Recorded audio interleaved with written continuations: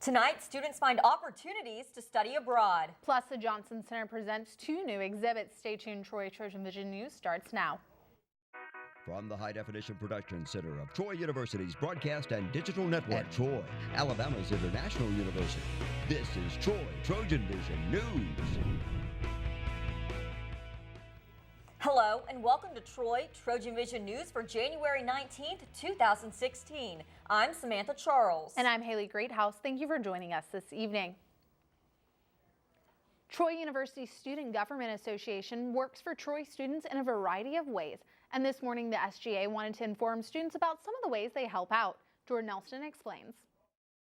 Troy University Student Government Association gave students the chance to get to know more about the SGA and what it does. So the SGA has a table out here so we can get to know the students a little more and get to know what their needs are.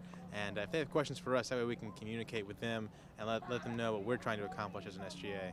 Herman says that he hopes this table will make students feel better about how they are represented. Basically, I feel like a lot of the students are disconnected from our SGA, and we're doing our best to try to get to know them more and see what their needs are. And when they have their needs, they can come to us, and we can work with them and try to turn their ideas into a reality. It's kind of like whenever you call your congressman and you tell the congressman what you want to accomplish for your area, just like that, being able to come tell us what it is that the students want. That way they can feel like they have a great representation on campus. And if students are interested in getting involved with the SGA, there are some opportunities to do so this semester. Well, SGA has elections every fall, so if you're interested in becoming a senator, you can send in an application and you can apply then.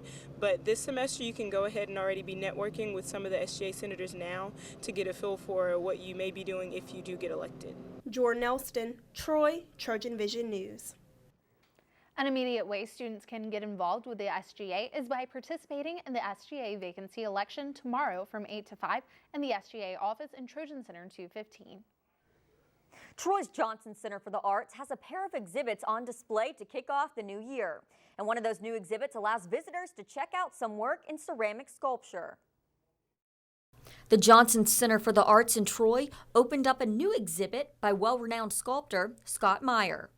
We have artist Scott Meyer downstairs. He's professor at the University of Montevallo and a wonderful sculptor.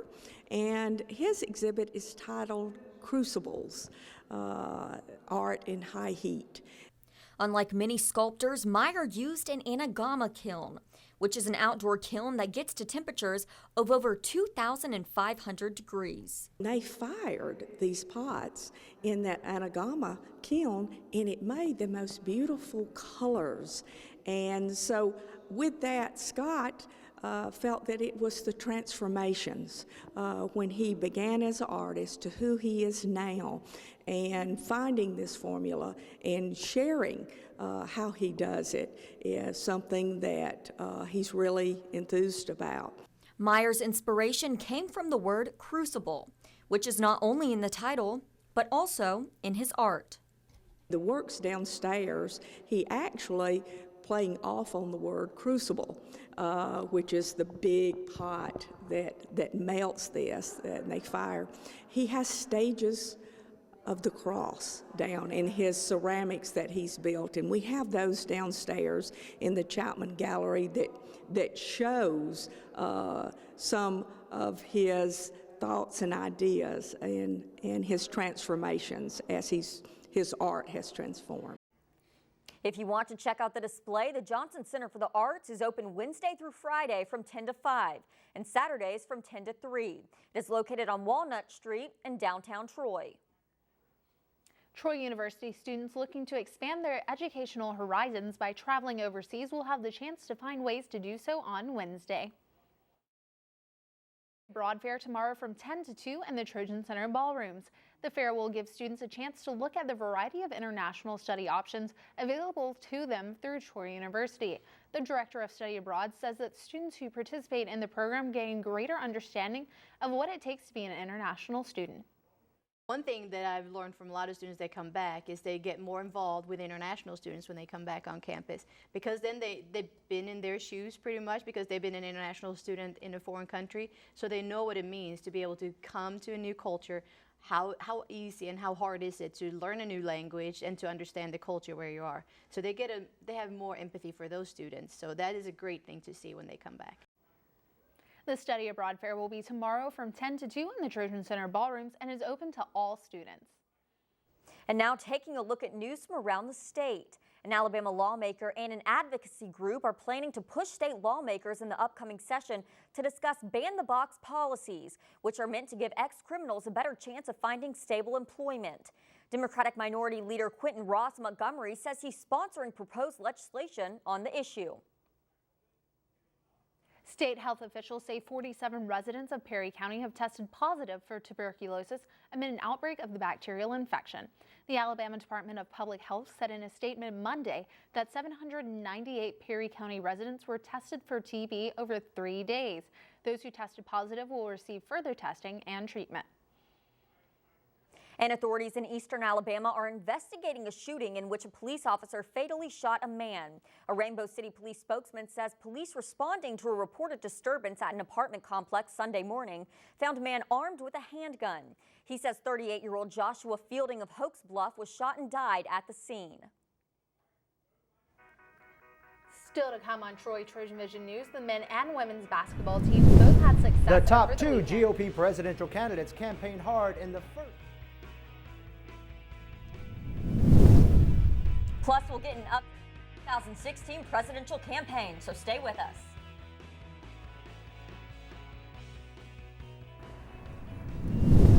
The top two GOP presidential candidates campaigned hard in the first 2 states to vote, with time running out. I'm Craig Boswell in Washington. That's coming up. So they say it's a man's world? Anybody's name on it. While they were doing their thing, we slowly changed all that. Today, women can do anything men can do. And there's one thing we're even better at.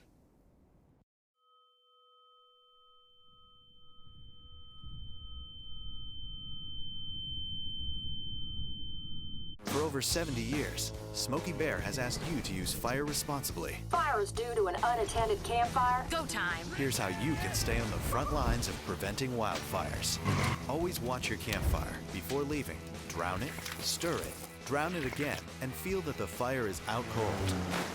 Oh, bullseye! And you won't need a visit from these guys. Copy that. You can be Smokey's wingman when enjoying nature and prevent wildfires. Visit SmokeyBear.com for more fire prevention tips. Now, the latest in Trojan Sports on Troy TrojanVision News.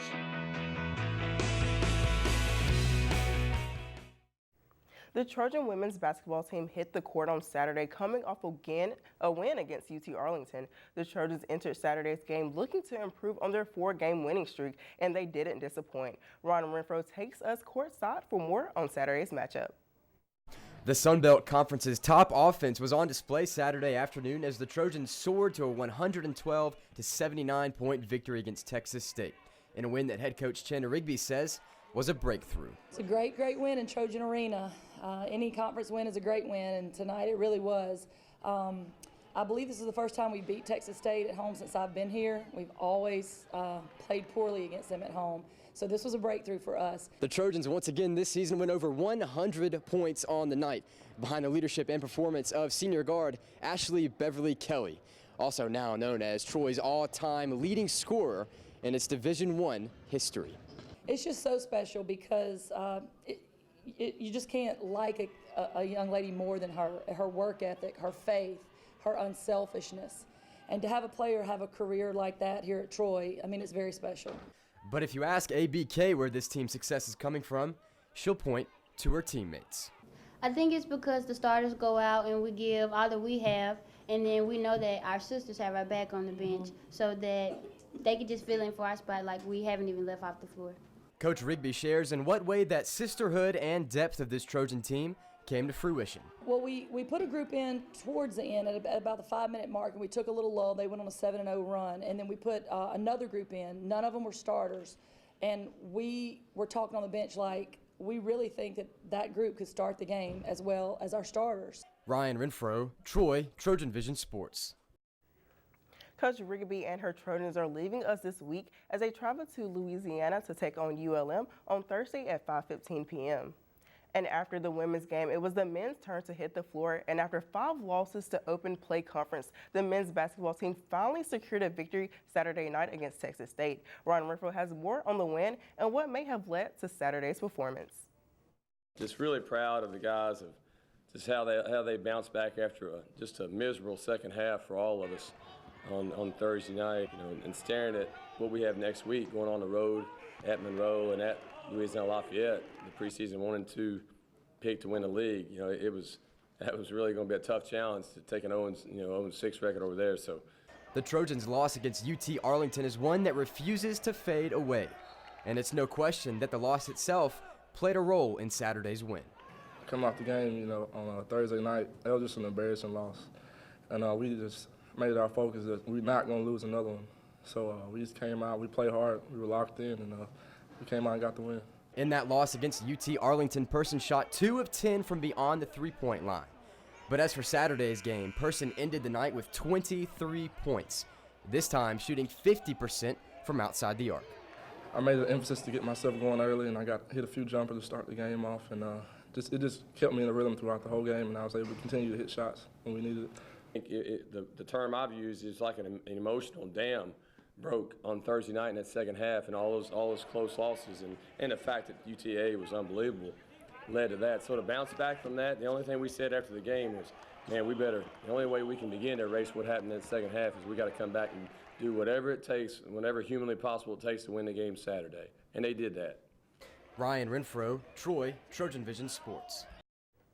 Tough road trip up ahead for the Trojans as they head to Louisiana to take on ULM, a preseason Sun Belt coaches poll second tip-off Thursday is at 7 p.m.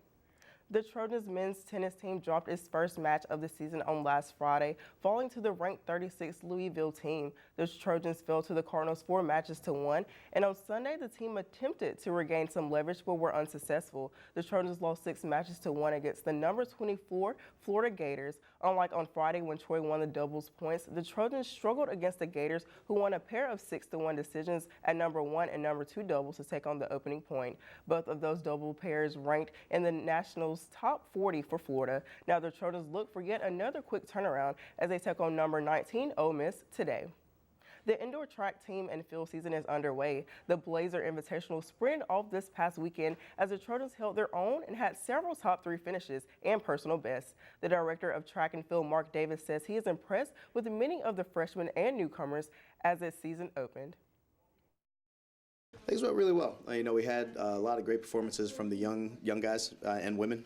They did much better than anticipated, so we were excited about the start. Looking at it, it was kind of hard to tell at the site, but going back, looking at it on paper and looking how we stacked up against the other Sun Belt opponents, it was pretty good. The Trojans will continue their indoor season next week with 2 meets at the Birmingham Crossplex this Wednesday, January 20th, and Thursday, January 21st to participate in the Sanford Multi-Invitational meet, while the women's squad will compete at the Emory Invitational on Sunday, January 24th.